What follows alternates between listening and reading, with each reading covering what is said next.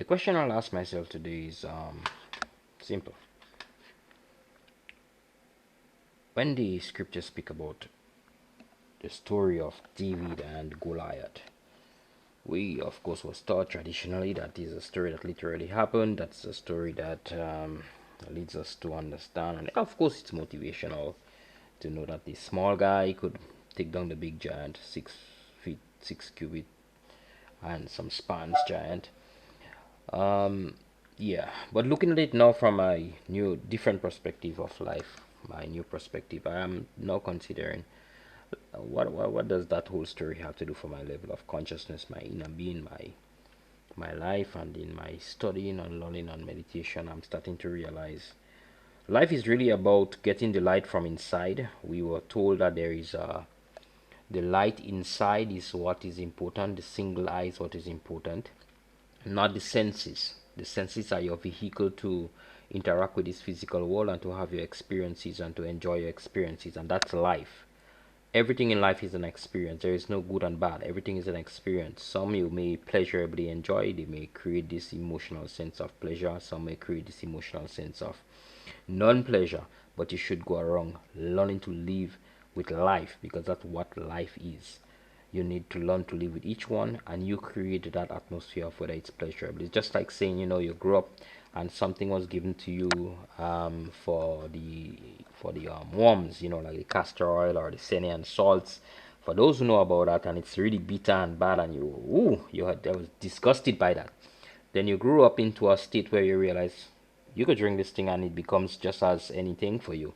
So it's you to convert from your inner peace, from your source of light, from your divine self, the light that you need to push out into this world. The scriptures for those who are Christians, and I don't know for the other religions, but I think we are all connected with this messages. Let your light shine, not let the light outside shine in you, which is what is happening to us in this bombarded environment of everything.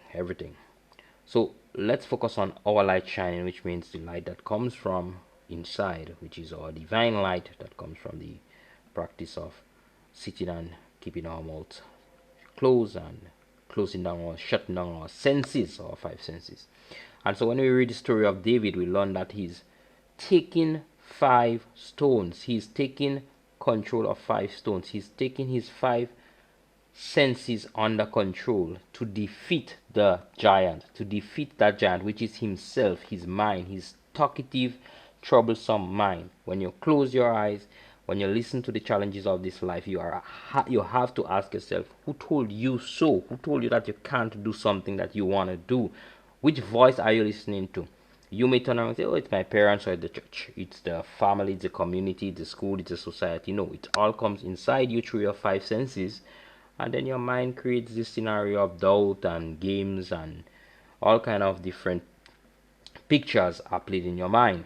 And so you need to shut down the senses and listen to the self, listen to the divine. So today I'm showing you a video here, and the light goes on, and you may say, oh, you know technology, so you may be able to ask these questions, so forth and so on. That's not the point. The point is, let your light so shine so you could defeat your beast, you could defeat that giant in your life. Now, I had to grab these two stories to show how these are practical ways of living, and how we need to listen to the intuition, we usually call it in our English words. We say our intuition versus our analytic mind. So I'm using intuition to ask a simple question here. I'm looking at this video. I'm not really looking at this video, but I'm looking at this video for the sake here. And the first thing I pick up is this part of the video. Tesla is giving away, so you know that from then you already know, for following me, that this already points to what I consider to be scam. If you go to the website, you get something else, but let's just assume that's all the information I have. There's a tweet pinned to the live. There's a QR code to scan, so that's a lot of advertisements pointing to the same thing, and it's a tweet 30 minutes ago. So 30 minutes ago from the date today, you could go to Twitter and check this out and see if that exists with the Elon Musk account. He's wearing this. But what I'm looking at is this other video here, which is Jan 2022, a few months ago, from another channel. Okay, different channel. This channel here is the Tesla channel. You can't even chat on it, and it's a live. You can't even click the live. You could just listen, and it's playing out all right. Okay, it's on YouTube, and this one is branded with a tech and more, and this one is live. This one is close to a year old, 9 months, 10 months old, and these guys are having the interview in the same spot, wearing the same clothes that Darcy, Kathy, and the host, I can't remember his name there, but why? That's the first thing you ask. Why? You don't have to ask yourself why. Your intuition kicks in. Your divine sees this, even though it's coming through your five senses. That's when you depend. When you depend on your divine, it immediately kicks in, and that's when your intuition tells your senses, shut down, shut up, and let us start doing what we have to do. It signals to you, and then you could go back to your normal senses and say, oh, this is something is not looking right here. I could start analyzing. I don't have to analyze because I'm depending on that spiritual guidance. I'm depending on that inner state. So it immediately kicks in. So I don't have to ask myself, hey, is this true or is this not true? I know it's not true. Intuition said to me it's not true. So I don't have to be bothered. So I'm doing this here to explain that. The stories that we have in the scriptures, David, Goliath, it's not really about a physical story, whether it happened or it didn't happen. I don't know. I wasn't there. I've never heard they found the bones of David or the bones of Goliath. I don't know.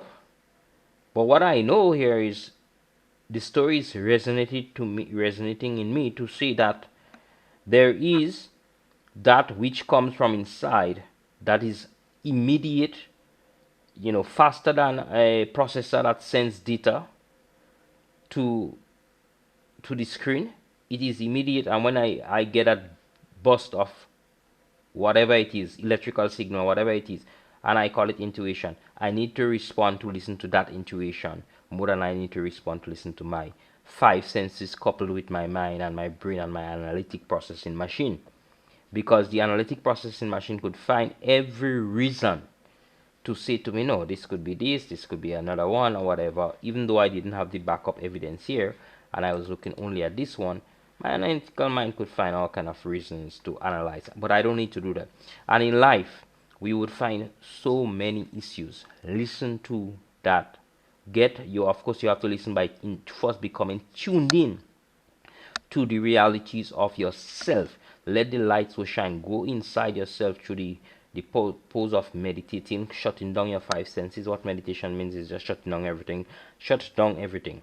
Shut down your senses. Be calm, be quiet, and listen. Let the divine light shine. Of course, there's a lot more to it, but that's the essence. We just need to shut or down, let the divine light stand out, and so that intuition would flow, and then you start understanding your own intuition, your own spiritualism, your own world, and you would know when something is amiss.